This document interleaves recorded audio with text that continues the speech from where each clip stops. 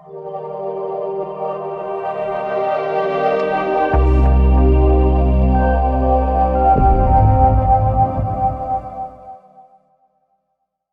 everyone, welcome to episode 55 of SAMA.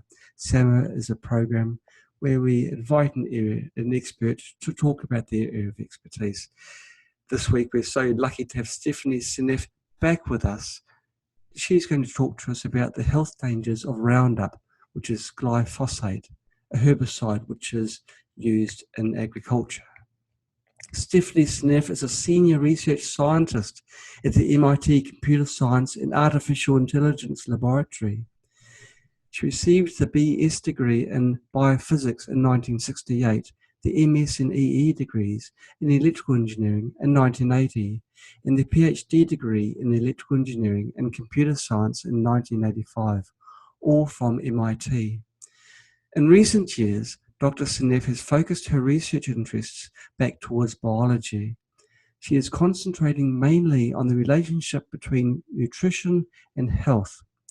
Since 2011, she has published over 30 papers, together with colleagues in various peer-reviewed medical and health-related journals on topics such as modern-day diseases, such as Alzheimer's, autism, cardiovascular diseases, analysis and search of databases of drug side effects using NLP techniques, and the impact of nutritional deficiencies and environmental toxins on human health. And today's SAMA is on a very, very bad environmental toxin which is used regularly in agriculture, and that of course is glyphosate. So welcome, Stephanie, to this week's episode. Thank you so much for having me again. So where to start? It's a big subject, isn't it? It certainly is. It gets bigger for me every day because every day I learn new things about glyphosate and the ways that it could be poisoning us. It's truly remarkable. It's a remarkable poison. And the thing that is so frightening is that it is pervasive. It's everywhere. It's in the rain. It's in the food. It's in the water. It's in the tampons. It's in the cotton clothing. It's just everywhere. You can't avoid it. And it's been considered to be so safe for humans that the government doesn't even bother to find out how much there is. And people, advocacy groups are looking and finding high levels in things like non-GMO Cheerios and Oreo cookies and goldfish crackers, things that children love to eat. So the children are being poisoned every day by their food. And it's frightening to me. It's very frightening. So how does it find its way in so many areas? Like rainwater, how on earth does it get in the rain? I mean, it must get taken up into the atmosphere because they spray it, from the airplane over the field. And it just goes out and goes everywhere. It goes up as well as going down. It just gets up into the sky, comes back as rain. Does it degrade over time? Does it become safe after? Well, of course, Monsanto says it's a wonderful chemical. First of all, it's non-toxic to humans. Secondly, it doesn't metabolize in our body. So we get exposed. It hangs around for a couple of weeks and then it disappears through our urine and through our feces. Everything's gone. That's good. And then in the soil, it degrades in a couple of weeks. This is what they tell us, but it's Fantastic. Not true. It's not true. None of it is true. No, well, it sounds the story of amalgams, I guess, which is, also very, very safe and won't cause any harm whatsoever. Right. And of course, the mercury and aluminum in vaccines as well is perfectly safe. I mean, we really live in a very strange world in which there are very active research groups who are working hard to find all the ways in which these things are toxic.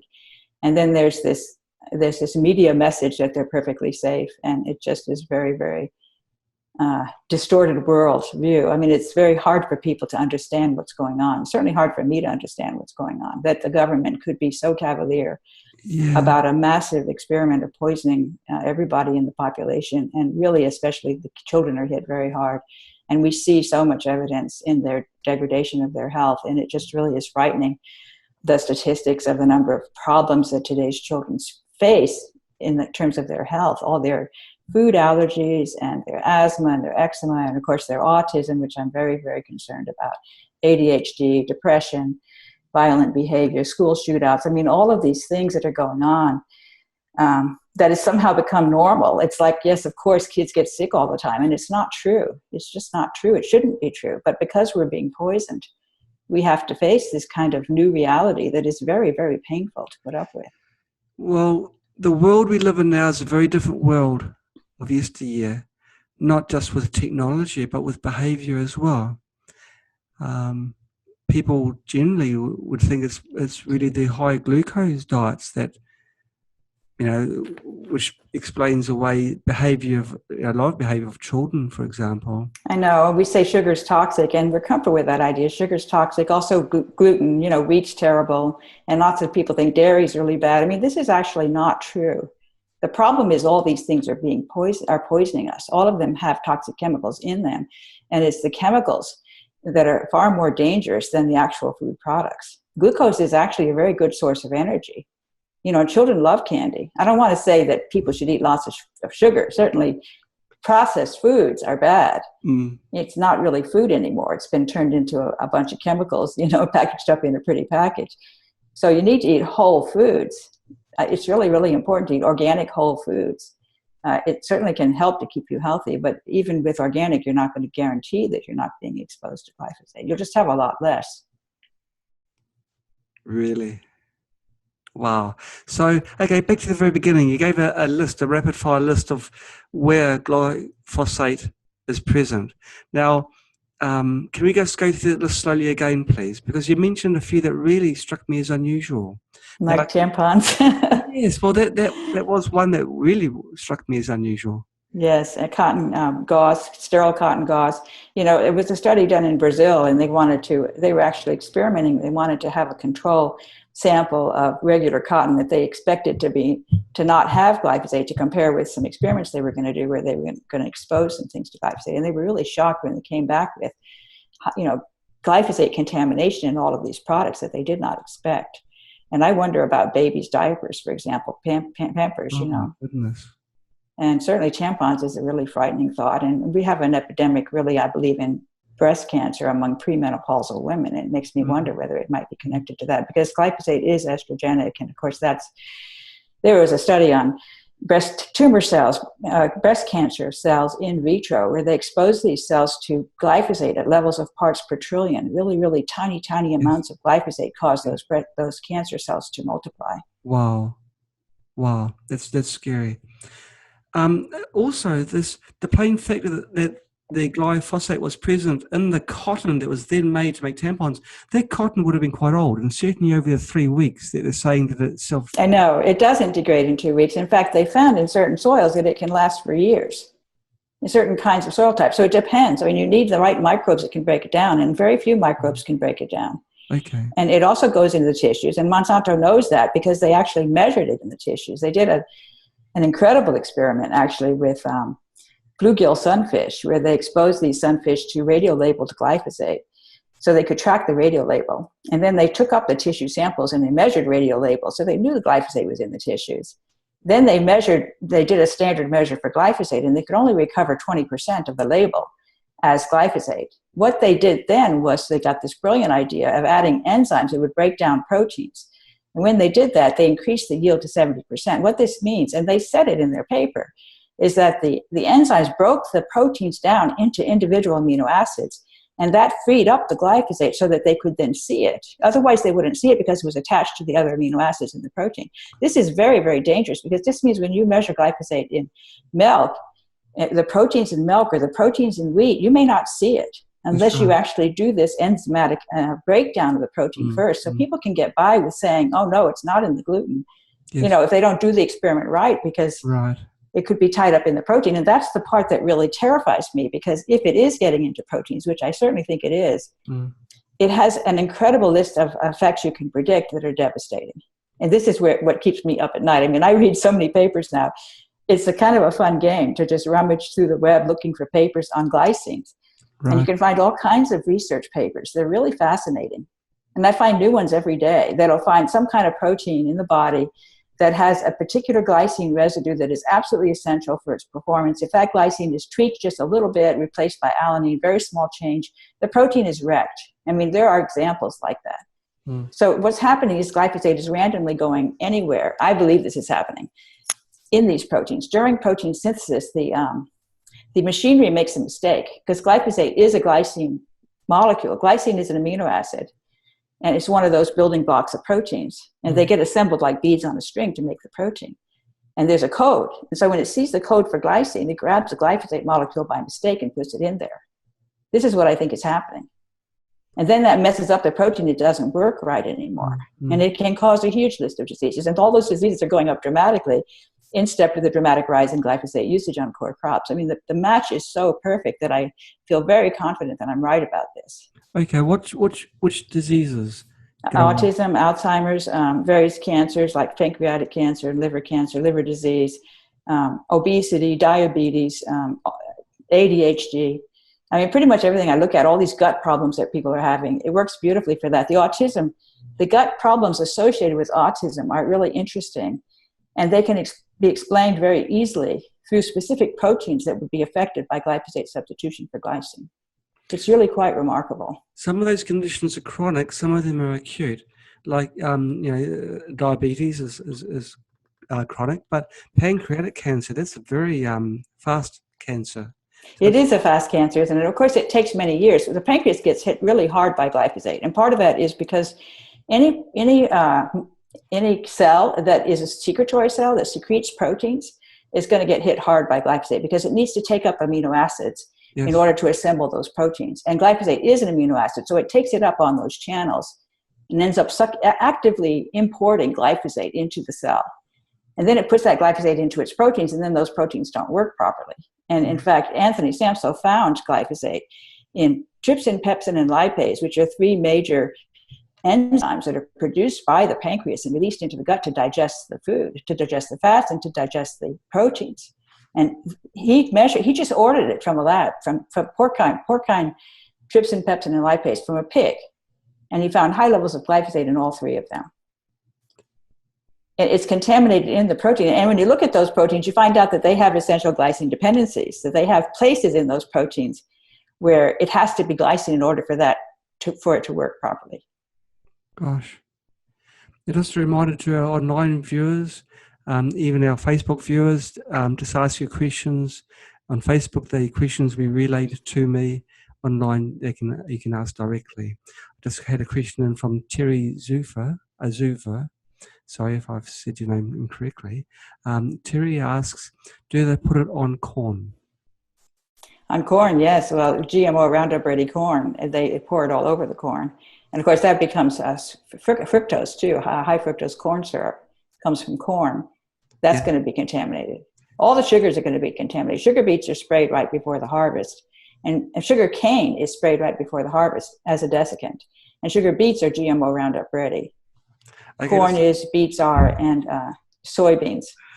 Okay, so just going a little bit slower because I'm jet lagged. You're saying that just before harvesting they spray. If you can explain why do they do it just before harvesting?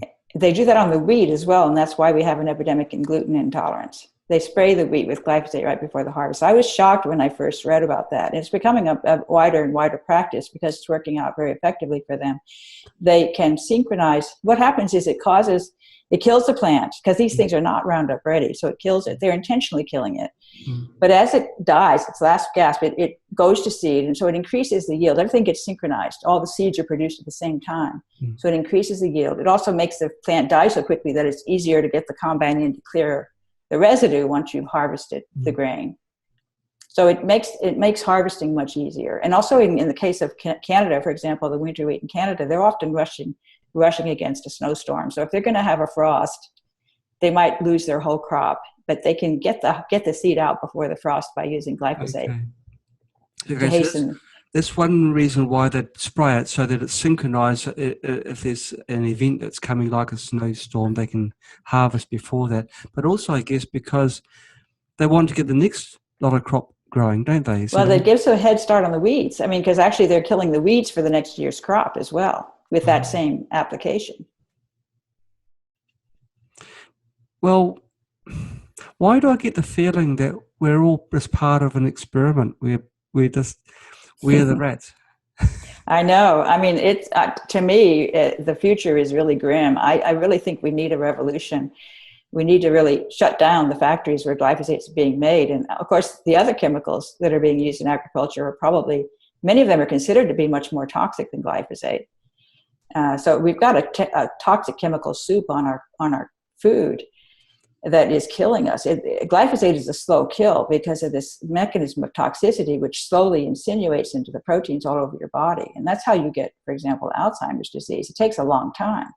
But we've got an epidemic in Alzheimer's. Alzheimer's is going up exactly like autism, exponentially, in step with the exponential rise in the use of glyphosate on core crops. And it's really fascinating with the Alzheimer's. I can explain it so well because there's this amyloid beta plaque, which is associated with Alzheimer's, just this plaque that builds up in the brain. And that molecule actually has a sequence. It's a GXXXGXXXGXXXG sequence. So it's X means wild card. It can be any amino acid. Okay. But it has those 4 glycines that are equally spaced as a piece of that protein that has been targeted as the piece of the protein that's the troublemaker. That's the piece that's messing up. And it's supposed to, the glycines make it turn into an alpha helix and go into the membrane, so it's a transmembrane protein. But if those glycines get substituted by other things, it changes into a beta sheet and it becomes soluble. It goes into the cytoplasm as a beta sheet. It changes its structure, it changes its location, and it becomes toxic. And eventually, if you get too many of these beta guys in the cytoplasm, they glom together and they form these interesting beta twists that precipitate out as fibrils. So you get these amyloid beta fibrils that are characteristic of Alzheimer's disease due to the glyphosate substituting for the glycine in the protein. That also makes it attract metals like aluminum because the glyphosate is negatively charged, so it binds to the aluminum. Okay. And they see the aluminum in this plaque that accumulates in the Alzheimer's brain. It has aluminum in it.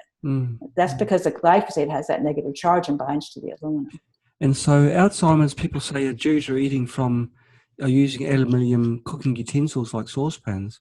Yes. You're saying that's not really the cause. You're saying the cause is glyphosate.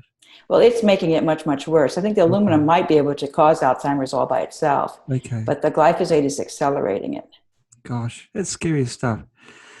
So really, because it's done on such a grand scale and because it's got such a long life in the environment, there's really nothing we can do about it as consumers.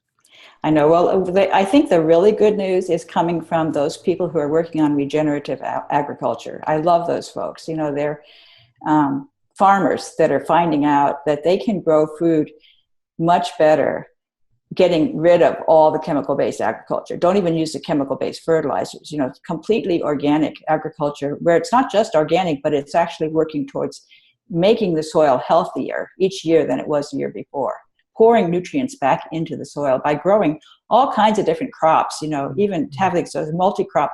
We have this monocrop culture. The way we grow food is completely wrong. Everything's chemical. We use poisons to kill the weeds. We have a monocrop, so it's all the same crop. There's no variety. We kill off all the microbes in the soil. We kill off the rhizosphere. You know, we just really, really ruin things. The soil becomes very fragile. The water doesn't hold when it rains, so we get droughts. I mean, everything goes south with the way we're doing agriculture now.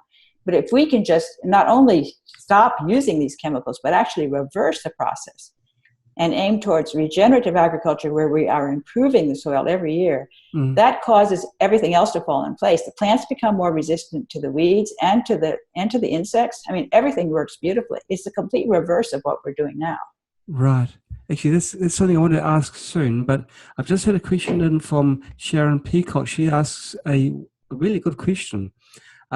She's saying, Sharon, I won't mention who, even though doing the question, but you're asking, could glyphosate be the root cause of fructose malabsorption issues? Absolutely. I've written about that, actually. It's pretty interesting how much glyphosate messes up fructose processing. And I've linked that also to ALS. I have a whole paper on ALS, linking glyphosate to ALS, which is Lou Gehrig's disease. It's a terrible disease. You die within 5 years of, your muscles become paralyzed. It's the motor neurons that are being destroyed by glyphosate. And it begins in the gut. In this paper, we describe that process, and it begins with fructose disruption of fructose metabolism by the gut microbes due to glyphosate poisoning. Wow. What is do you know what a FODMAP or FODMAP diet is? Have you heard that term I before? have heard that term, but I don't know what it is. Okay. Okay. Do you? No. Well, Sharon is saying that this person has to be on that type of diet. FODMAP. I've heard of it, but I can't remember what it is. Okay. Okay. Now, the thing I wanted to ask you before, insects you brought up. If you've got a little patch of land and you're growing vegetables because you want to avoid all the poison, the poison product that's in the supermarkets and or everywhere, will your crops be cross-contaminated through insects which love to fly around and do insect things?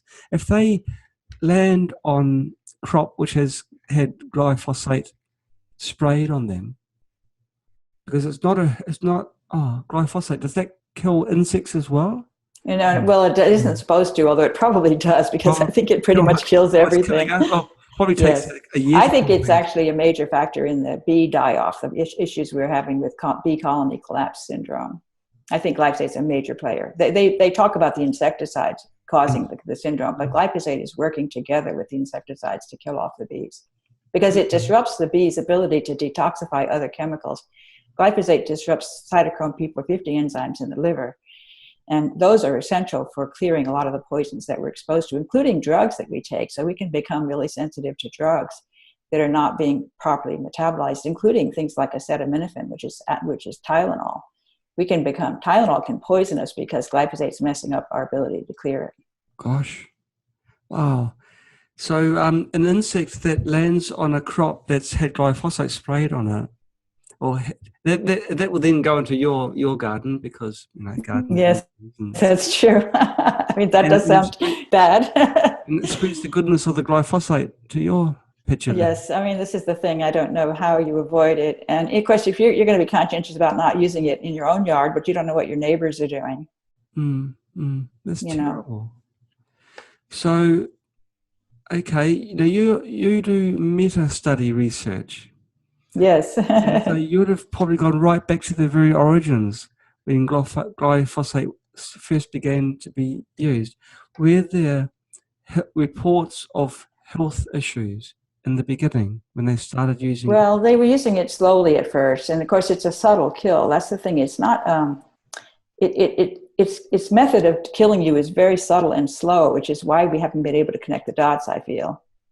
Because it takes time for those proteins to all get damaged. It will disrupt your gut, and people will see that first. And certainly, issues with inflammatory gut started to become more prevalent when glyphosate was introduced back in 1975. Actually, is when it was first introduced, but it was really ramped up after 1998 when they introduced the GMO Roundup Ready crops. That's when they started really escalating the glyphosate usage, and that's when autism rates started climbing too. And various gut problems.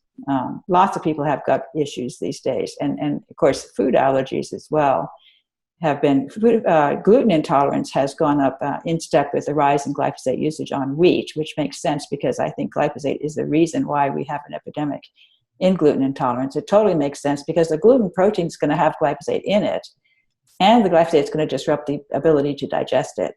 It's going to mess up the digestive enzyme. So the protein doesn't get digested. And then it causes inflammatory gut, it causes leaky gut, and those undigested proteins get out into the general circulation. And then the immune cells get very upset about that, and they attack those proteins. They develop antibodies, and those antibodies become autoantibodies and attack your own tissues through a process called molecular mimicry. And that explains a lot of the issues we're having with various autoimmune diseases, which is something there's a whole list of autoimmune diseases that are going up dramatically, including new ones that we don't understand, like chronic fatigue syndrome, is something that is considered to be a fantasy illness and people are just imagining it. And a lot of women are getting very sick with chronic fatigue syndrome, which I think is caused by glyphosate. Sharon Peacock has written back and explained what FODMAP is. It's an acronym referring to, I'm going to try and pronounce it, fermentable oligosaccharides, disaccharides, monosaccharides, and polyols. Now, you probably know the formula of the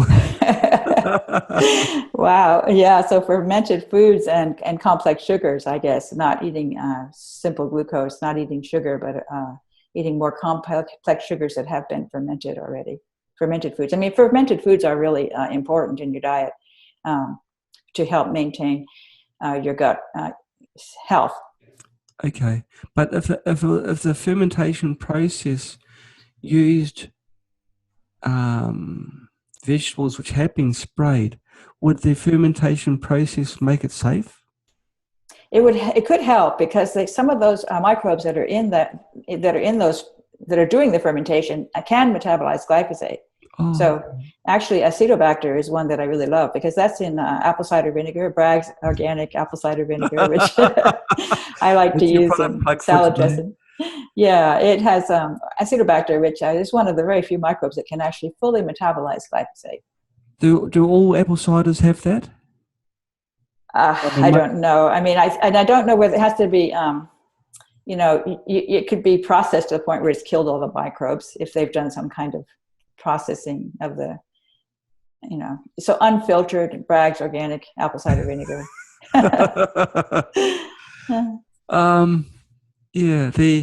What about cooking of vegetables that have been sprayed? Would heat destroy the molecules? No, glyphosate does not get destroyed by heat. It's actually very difficult to kill glyphosate. It's very difficult to break it down. It's an unusual molecule, and it has what's called a CP bond. That only very few microbes know how to break those two apart. The carbon-phosphorus bond in glyphosate, which is an unusual bond, and that's what makes it hard to break it down. In the face of all the research against glyphosate, double-blind studies, peer-reviewed papers, how can the suppliers respond? How can they possibly continue to stay? It's really interesting that there's kind of two worlds out there. There are those independent scientists who are discovering all kinds of horrible things in experimenting with glyphosate. And then there are the researchers that are involved with industry, who are funded by industry, who manage to come up with papers that show that glyphosate is completely harmless. It's like a disconnect between two different worlds, and you don't know who to believe. It's really interesting. I mean, for example, with the rat studies, Monsanto did studies on rats, and they did them for 3 months, exposed to glyphosate at relatively small doses, and they didn't see any damage on the rats. They said glyphosate's safe because it didn't harm these rats. Seralini did that study, very similar in design, same kind of rats, but they did it for their entire lifetime. And after 3 months, things were looking pretty good. The glyphosate-exposed rats didn't really look any statistically significantly different from the ones that weren't exposed. They started to see trouble at 4 months. And by the end of their life, they had massive tumors, they had reproductive problems, they had a shortened lifespan. I mean, they had lots of issues, but it took time. Yeah. So what you can do is just cut the study off at 3 months, which is what they decided actually back when they published these, back when they were doing these studies, they declared that 3 months was all you needed. If you didn't see anything bad after 3 months, then you were done. You just could say that chemical was safe. And it's simply not true for glyphosate. It takes time. And that's because it gets into those proteins and slowly messes them up. It takes time. It takes time. Now, if there's a truth that needs to be said, but if it's left for a long period of time, it's going to be more and more expensive to make right, not just in monetary terms, but in human life terms. I know. This is the part that is, to me, really disturbing because I'm seeing the autism rates continue to go up dramatically. And some people, I mean, New Jersey is saying something like, 1 in 30 something kids in New Jersey. That's the highest number in any state. But New Jersey is doing much more careful monitoring than the others. So I suspect their number is more likely to be correct. Yeah. They keep saying, we're diagnosing it more. We had all those autistic kids back then. We just didn't see them. But, 30% of the autistic kids are nonverbal. You would have noticed a child who couldn't speak. It's not true that we're simply diagnosing it more. I don't know why we keep on saying that. We want to believe that, and it's simply not true. And I think we're probably diagnosing it less because it's hitting hard on the school system. Every time you get a child diagnosed with autism, that is a huge expense for the school that has to take care of that child. The child would have to be cared for and also be on regular medication, right? Well, they do. They give them various medications, which I think are probably a bad idea. Now, I actually know that autism can be reversed, and this is something very, very exciting to me. I know practitioners who are reversing autism. It is truly, truly amazing. A child who can be even nonverbal can start speaking. It's really amazing with proper treatment, and that always includes a certified organic diet. Okay, and enzymes, I believe. Yes, enzymes. Probiotics. Fermented foods, sulfur like Epsom salt baths, and methylsulfonylmethane, chondroitin sulfate. A controversial one is chlorine dioxide, which is I know a practitioner who says that she has reversed over 300 children where chlorine dioxide is part of the treatment. It has all these other things as well, but she uses very small amounts of chlorine dioxide, which is related to bleach, and so you have to be very careful with it. Very small amounts. But it's really fascinating that is helping. I'm trying to figure out why, and I think it has to do with disrupted chloride channels. The cells in the stomach, the parietal cells, release hydrochloric acid to make the stomach acidic. And that channel, it depends on glycine. So I think the glyphosate is disrupting the release of hydrochloric acid and is causing, and of course they're getting a lot of diarrhea, so they're losing a lot of sodium chloride. They actually have what I would call a chloride deficiency problem, I suspect. Okay. I'm working on trying to figure it out. It's still speculation at this point, but I suspect that and in fact, these kids like to drink salt water. I know a mother of an autistic child. She said her child will not drink fresh water. He likes to drink seawater, which is so shocking to me. But he's losing so much sodium chloride through his diarrhea that he has to replenish it by eating salt water. Gosh. It's really interesting. So chloride, I think chloride deficiency, just like sulfate deficiency, two very, very common components of our chloride and sulfate. I think they're both deficient, and they're both so common that we don't think they can be deficient, which is interesting. You're saying sulfate, not sulfur, though? Sulfate, SO4 - 2. But that's also sulfur. I mean, sulfur is deficient, and then sulfate's deficient as well. Okay. So if you consume sulfur as a supplement, it's not going to help in the sulfate deficiency. Well, you hope it will. Unfortunately, glyphosate can mess up your body's ability to make sulfate, and this can cause a sulfur sensitivity. So you see people who say, "Oh, I can't eat sulfur-containing foods. I can't eat garlic." It upsets my gut, and that's because their gut microbes are producing hydrogen sulfide gas instead of sulfate because of disruption of the sulfate synthesis pathway by the glyphosate. This is what I think is happening.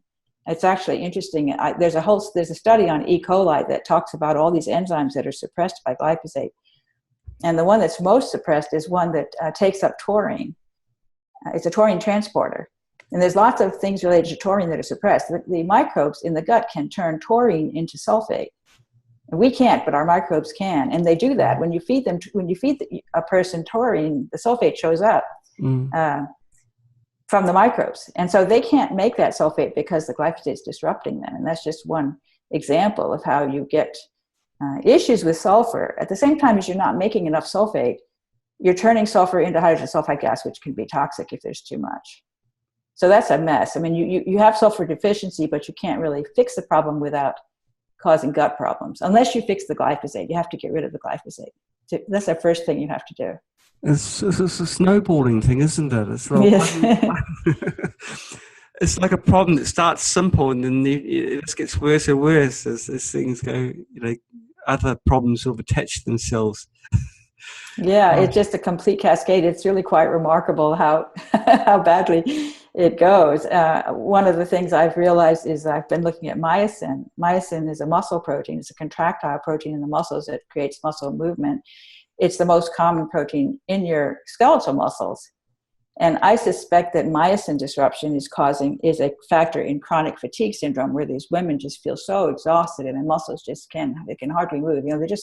Their muscles are just like sort of semi-paralyzed, just not working well. And it turns out myosin has 14 highly conserved glycine residues in it. And there was an experiment on one of them, the one at position 699, where they replaced it with alanine, one extra methyl group.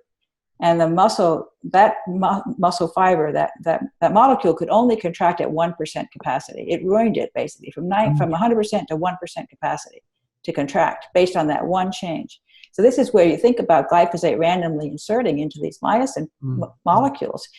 It's going to mess up the ability of the muscle to contract. And I think that's what's causing a paralytic gut in association with autism. I heard a wonderful talk at Autism One just last month by a guy named Arthur Krigsman. Really wonderful talk, and he's an expert on the autism gut, and he's got devices. He's got these pill cams that you can put in and take pictures and stuff.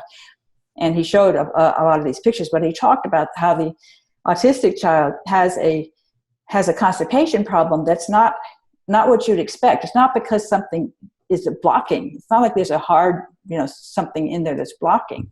It's actually all quite soft, but it piles up because they can't get it out. They can't contract the gut. They can't contract, and you do the peristalsis that would push it out. Yes. So it all piles up, and it can pile up for 4 or 5 days. And then finally they get enough water in there, and the whole thing comes out in this huge diarrhea episode. Apparently that's sort of how it goes with these kids. And it's because I think the myosin in the gut is being paralyzed by glyphosate. And in fact, a study, there was a paper I found on a woman who tried to kill herself by drinking a glyphosate-based formulation and almost succeeded. I mean, she survived, and they wrote about it. And one of the things they said was that her gut was paralyzed by that glyphosate. So she got a huge dose, and her gut was paralyzed. So I think that's what's going on there. And the myosin in the gallbladder is going to be a problem too, because that's going to prevent the gallbladder from being able to release bile acids. And the low bile acids is another factor that they see in these autistic kids. They have reduced bile acids. They have this problem with peristalsis, and they have this kind of episodes of constipation and diarrhea. It all makes sense. Just based on the myosin alone, it makes sense. Gosh. Is there anything that you can add when you prepare the vegetables to reduce the effects of this? Yeah. Well, there are some products coming out that claim to be able to help clear glyphosate. And I'm not sure how well they work, but there's even some experiments that are being done that are showing that they're effective. One of them is called Restore for Life. And one is called Biomedic, which is produced by Purium. It's a product.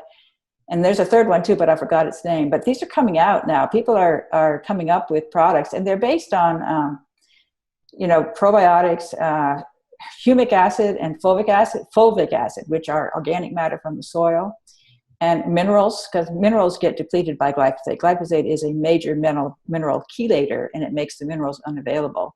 So you get mineral deficiencies. So some of these have minerals in them, probiotics, organic matter from the soil, that sort of thing.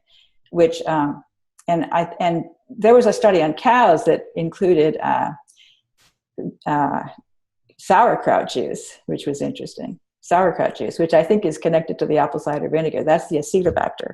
Yes. And they showed they used sauerkraut juice, and they used the fulvic acid and humic acid, and I think bentonite clay. So these are things that can kind of bind to the glyphosate and help to push it out.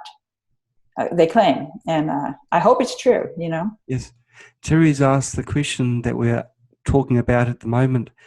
Terry Zufa is asking how to get rid of the glyphosate that's in your body, and we're sort of discussing that now. So it's perfect timing, Terry. Oh, that's great. We answered the question. Well, we did. It must have been as you're typing, Terry. Okay, so there are this. Are these like in tablet forms? You eat the tablets like half an hour before you meal? Yeah, Restore for Life is a liquid. You just drop a few drops in your water. I've tried it, and it's really tasteless. I didn't notice it at all. Just put a few drops in your water, and I think the Biomedic comes in a capsule. Okay, actually that could work out. The water one would be quite good, because you just you'd have a large flask that you sort of drink during the course of the day, and you just have a few drops in that, and then it's really very easy to take. Okay, I must see whether we can find that product. Yeah. So thank you for that. Apparently it's selling very well. I know the person, and he's actually very enthusiastic about the idea of glyphosate substituting for glycine, and he wants to do experiments to figure that out. So I'm hoping that, to try to get some evidence, some more harder evidence. Okay, so his product doesn't fully negate the effects that glyphosate has on your body, is it? It's just one of the things that it... Yeah, I mean, it just helps to remove it, but it's very, very difficult to get it out once it's in your proteins, especially once it's in your proteins in your brain. I mean, it's just extremely difficult to get it out. I don't know how to do that. Gosh. I wonder if you can add a few drops into your bath. Now, Debbie, well, that's actually wasn't my idea. It's Debbie Nelwick. She's just given this, well, she's talking about ionic foot baths. But yes, I've heard about that, and actually, I think that's really cool. So that because negative charge. Yeah, negative charge is really important, and that's one of the things that the sulfate does for you. Sulfate holds negative charge. It's all over your blood supply. We talked about that last time. Yes. And sulfate's deficient, so that means negative charge is deficient, I believe. So a foot bath could draw it out, even though it's... Yeah, apparently the electricity can just sort of travel into your body from the it's a very low current, as I understand it. I hope I got that right. In the water that your feet are soaking in. Yes. It's very interesting. And of course, a grounding pad is another thing that I recommend. You can put that on your bed so that you'll be grounded, because the earth itself provides negative charge. So if you walk barefoot on the beach, which I love to do, that's very healthy, especially in the water, because the water is a really good conductor. You can get the negative charge that way as well. But in modern society, everyone's living in high-rise apartments. I know. So you're quite distant from the ground. Yes. Your electrical potential could be hundreds of volts, and you wouldn't know. In fact, almost certainly it is. And you've got no way of knowing who's nearby, because, they're in large cities and they just don't have them. Most places don't anyway. Right, I know. Gosh, and of course, walking barefoot on the sidewalk is a little bit, in a city, you're going to look like you're some kind of a homeless waif or something, right? It's not common for people to do that. The bonus, but also if you step on some glass, because there's all kinds of stuff you could be a lot of to harm. Step on that you might regret later. Yeah. Okay, so Hans Lenz is asking, considering that apple cider is one of the main is a popular product, how much should you consume in a day, and is there a special way of taking it? I mean, I don't know the answer to that. I try to eat foods. We've been, we cook things like we make a cabbage, sweet and sour cabbage with that, and we make a salad. We have salad very frequently. We make our own salad dressing. We put the apple cider vinegar in there. It's really easy to just put it into the salad dressing, along with some olive oil, and use that to start your meal. Yes. So some people actually take it. I don't, but some people can just sort of take a teaspoon of it, but I don't do that. Okay, so from what you've heard from these other people that you know, they generally just take a teaspoon or a tablespoon of the apple cider with water, presumably. Yeah, I don't know whether you can just eat it or whether you put it in some water, make it a little bit acid. I haven't. Hans, I haven't had any experience myself with apple cider. You can purchase apple cider in a drinkable, form. The vinegar, apple cider vinegar, and there's also, of course, there's the spiked apple cider that has alcohol content, right? We might talk about that. That's probably good for you too, I imagine, if it's organic. Yeah, well, yeah. But it's not normally very strong, but I mean, cider is a vinegar, so it's going to be very acidic. So I guess you wouldn't want to consume too much. Maybe one of our online people can teach us a thing or two about what sort of quantity one should drink of apple cider. I heard one person that drank too much, and they did damage to their esophagus, which is interesting, because it was too acidic, huh? So you do have to be careful. But I'm not sure what the quantities were. I skim read it. Okay, and Debbie Noack is saying, is there a way if there's a way I think she's asking, is there, as she's stating, that there are tablets of apple cider vinegar. I wouldn't have thought Interesting. that. It is interesting. I thought the capsules would be destroyed, the gelatin on the outside would be With the destroyed. vinegar, the acid. Well, Apparently not. Yeah, I didn't know that. That's interesting. is it, Everything can come in a tablet, I guess. well, like, you can't get it in powder form because, I mean, you can't just do that. Yeah, it must be. Maybe there's a liquid inside the capsule. I don't know. It is unusual, isn't it? Very Yeah. interesting. So if anyone can enlighten us of the dosage of this Mm. wonder drug called apple cider vinegar. But I do know it's healthy. I know lots of people that say it's great for dieting, for losing Mm-hmm. weight. Why would it be good for losing weight? Just we'll do a bit of a curveball here, and then we'll get back on. Well, maybe because it clears glyphosate, because glyphosate causes obesity. I really think so. That's Oh, really? So that's, yeah. gosh. And that creates another market, doesn't it? Because then you've got the weight loss drugs. Yes. So that's a perfect, really, glyphosate. This will be why they're not hammering it, why they're not sort of exposing it for what it is, because it has spawned so many other industries. Well, there's a huge money market. I mean, there's just a huge amount of money being spent on drugs that are trying to cope with all these problems. One of them, of course, is the opioid drug epidemic. I think glyphosate is causing that as well. So which Big drug? Sorry? opioid drug epidemic. Opioid. You don't know about that. People dying in record numbers from overdoses of opioid drugs. There's prescription opioids that have, they claimed they were not addictive, but then they are. It turns out they are. Many people are getting addicted, and people are dying in more and more each year. It's a crisis. It's been in the news. It's been in buzz in the media recently. But I think it's connected to glyphosate because glyphosate collagen is the most common protein in the body. 25% of the body's protein is collagen molecules. Yes. Collagen has this beautiful triple helix structure that depends upon glycines at every third residue. So it's GXY, GXY, GXY, GXY. Every third residue is a glycine. So in that segment. So overall, the molecule has like 25% of the amino acids in collagen are glycine residues. It's a huge amount of glycine. So the glyphosate has a tremendous opportunity to get into collagen and cause trouble, mess up that alpha helix formation, and then cause damage to the bones and joints. It's going to cause joint pain. Part of the issue, I think, with back pain, that we have an epidemic in back pain.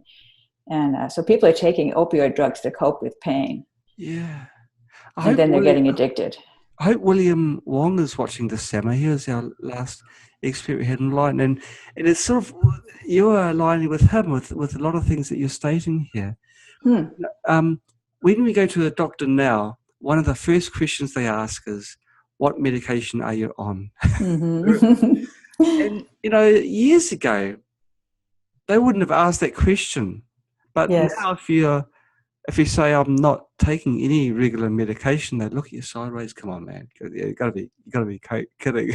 Yeah. And so this is the really wonderful thing about glyphosate. It's actually kept so many people, it's developed so many industries, health-related industries, because now you've got massive amounts of autism, the chronic diseases, the acute diseases, which all need to be managed and controlled. Right. So they've handed out all these drugs that you're taking to try to mess around with the molecules to try to straighten them out, and you're not really doing anything good with the drugs. I think most of the drugs are not working unless you get to the bottom of the problem, which is to get rid of the glyphosate. You're not going to fix it by putting a Band-Aid on it like that. That's sad. That's beyond. It's beyond. This is my where I can't really truly understand it. How can a person decide knowing the facts, still decide to continue selling a product if they didn't know in the beginning? I know. I mean, I agree with you. I just can't picture being that person who is responsible for marketing this product and knowing how toxic it is to just keep on doing it. I just can't imagine being that person. I mean, once you know, it just feels like you would just feel so bad about what you're doing to the world that you would quit.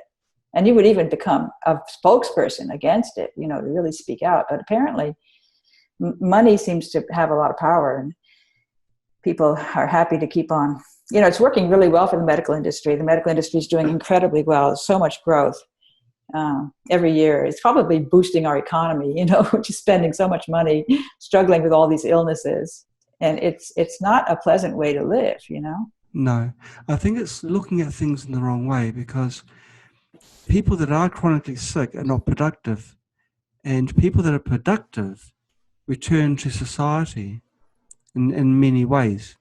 Maybe not fully financial, but it is financial, and also in looking after the elderly and all the rest of it. They're more able to produce products for, if a country is full of sick people. I know. It seems like to me it can't work. It's going to reach a point where anybody who's still healthy has to spend all their time caring for the sick people. I think it's just going to be, that's all we're going to do, We don't have to spend a lot of time growing food. We just go buy all that horrible food and eat it and get sick. And then we spend all our time taking care of sick people instead, I love the way that you've turned your studies around. You've had formal education, you're a true scientist, but now you're looking more to humanity rather than just numbers and rather than just pure science. I think it's really amazing. I wanted to just slip something in. It's not glyphosate. I really wanted to hear you take it. Maybe we can have you on a third time talking about this. But fluoridation. Oh, right. I know you know something about it. And I just yes. Your take on that, because it's.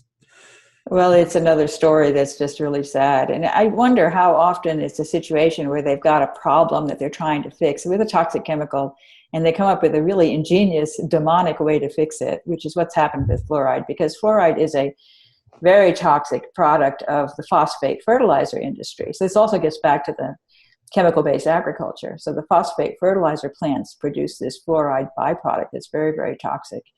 And it was killing the cows next door to the plant. It was very clear that it was toxic. And somebody got the brilliant idea of diluting it and spreading it out over all the water supply of the entire country to get rid of it. It's really a mechanism to get rid of something that's otherwise going to be a problem as a toxic chemical. You get rid of it by poisoning everybody in the population by a small amount, is basically what you're doing. And then you pretend that it's good for them. Right, like canola oil. Exactly.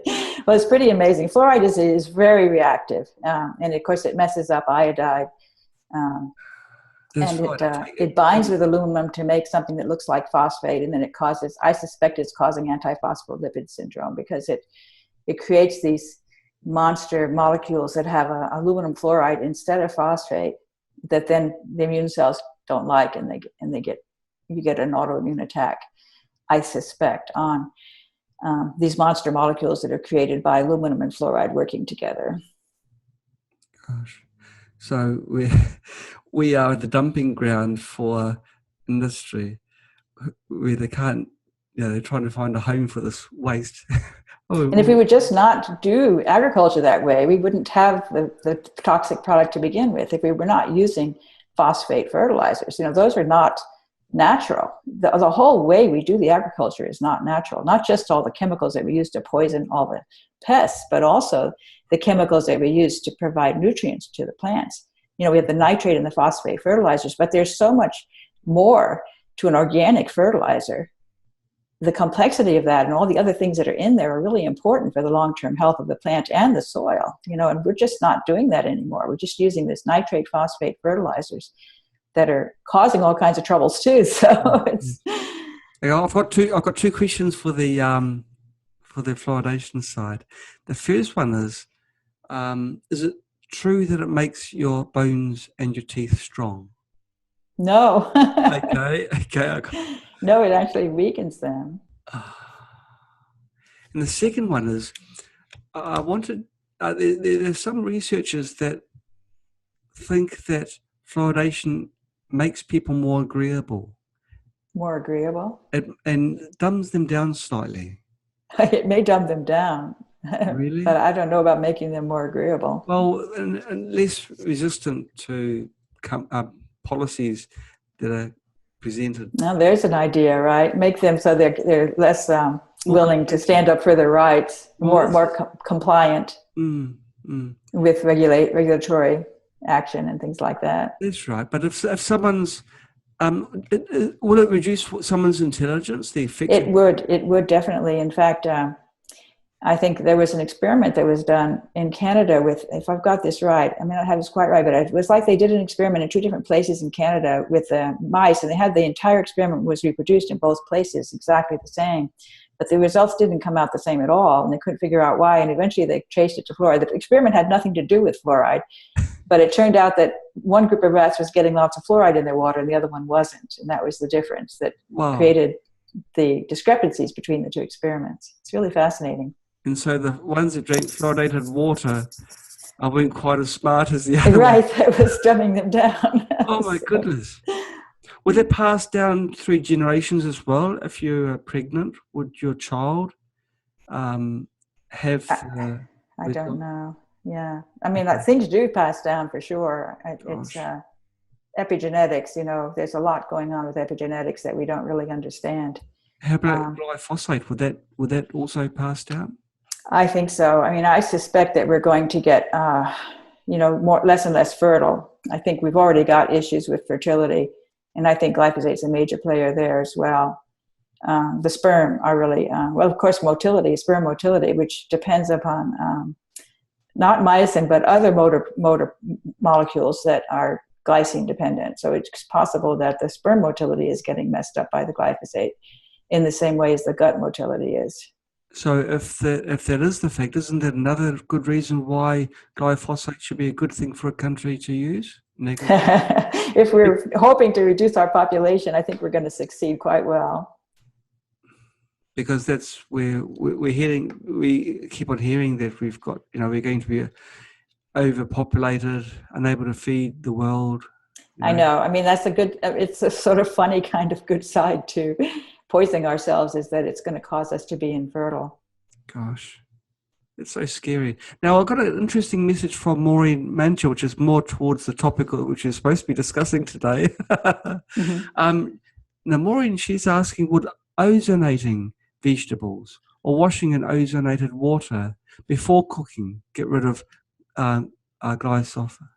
I don't think so, no. Okay. Because it's just on the surface. Although I did find an article that talked about chlorine dioxide metabolizing glyphosate, breaking it down non-enzymatically, chlorine dioxide. And ozone, actually, I take it back. I think that same article was talking about ozone and chlorine dioxide being able to break down glyphosate. Because quite a few people have got ozone generators now. Yeah, that's interesting. It might actually work. Would it only get the surface molecules broken down, or would it? Yeah, it probably wouldn't break down the proteins that have the glyphosate in them. Yeah. But anything's better than nothing, I suppose. Yes, I think so. That could well be. That's very interesting to think about, ozone treatment of water to get rid of glyphosate. That could work. And through extension, if it is beneficial, then people that drink ozonated water would also gain benefit. Yes, I think that's very, very interesting. That may be one of the big benefits of that. What I noticed when my ozone generator was working, I'm trying to fix it at the moment, is that I lost weight very quickly. I was on a diet, so it's desirable. And you're linking glyphosate to weight gain. Yes. Probably through the interruption of the metabolism, the breaking down of the foods. And well, the lipase was shown to be contaminated with glyphosate by Anthony, and lipase digests fats. So you basically can't break down the fat, so you store them. Right, so that's an immediate thing. That would happen quite quickly then, because I found that the effect was quite fast. So that sort of could explain why I found it so effective. I mean, it's either that or my metabolism went up, which I don't really think. I mean, maybe. Yeah, that's very interesting. Yeah. And the ozone, did you say the ozone actually caused you to lose weight? Drinking, what I was doing while I was boiling my egg in the morning, I loved eating duck eggs. And so I'd boil my duck egg, and I'd start the bubbler going for the ozone, and then they both sort of stop at about the same time. Good. And it just worked out. It was wonderful while it was working. And it broke. You better get a new one. Well, what I've done, I've gutted it out and put more industrial size components in there. It's probably going to overheat because it's about 10 times the rating of the previous one. But if it does, it's no great loss. At that stage, I will buy a new one, something that's been properly designed. But that's all good. Well, thank you so much for the talk today, Stephanie. It's I knew glyphosate was bad. I knew a lot of the things that you said, but you opened my eyes really to just how entrenched into our foods and other products it is, in particular like cottons, and so it may be even clothing, because it's such a long life. Right. It's really disturbing to think about, and we don't know enough. I mean, we haven't measured enough. The government is being very irresponsible in not telling us, not even finding out themselves how big the problem is. I wonder if all countries have danced to this tune, or whether some have stood strong and decided to stand. We're among the most generous with respect to allowing glyphosate. We have the highest, levels that we allow in things. We allow much more glyphosate in water than Europe does, for example. Okay. And Canada is a little bit, I think, more restrictive than we are. We're pretty much, I think, the worst in the world in terms of the amount that we allow in the food. And of course, we use most too. We use a huge amount in this country compared to other countries. We love glyphosate in this country. And we have by far the highest healthcare costs of any country in the world. I think it's a direct link. I try and end these summers on a positive note. You know that, don't you, Stephanie? I know. That was bad, wasn't it? Yeah, well, I love the... Now you're going to have to say something to... Regenerative agriculture, and then buy organic food, vote with your pocketbook. I think that's so important. Do you see a change? Do you think that there will be a time when politicians pull the plug? Do you think the tide of change? It's really amazing how entrenched the message is in the political machinery to keep glyphosate going. It's really, really amazing. I am so frustrated by that. Well, I'll provide the positive final statement. I keep on getting negative, don't I? You do. Well, you do. Last time I had you on, it was kind of a little bit negative as well, and I thought, well, I'll make an attempt at saving this summer by saying that, yes, industry is powerful, and politicians and regulations are powerful as well. But people should also understand the power of us, and if enough of us stand together and step forwards, we can make the change. We can, and there's more of us than there are of them. There are many more of us than there are of them. So we can stand up to them. We can vote with our pocketbook, and we can apply pressure for the farmers to grow organic food. I mean, the hope would be that it becomes more cost effective. The farmers start switching. First of all, they'll all start getting sick because they're getting exposed to the chemicals, and then the farmers will start changing in droves. They'll start moving towards organic food production. That could be the hope because of consumer demand. Okay, that's the positive. That's a positive spin. So strength in numbers. But people watching this video, if you can start talking to your friends, you've now had it from an expert. The dangers, well, it's not the dangers. It's what is going to happen.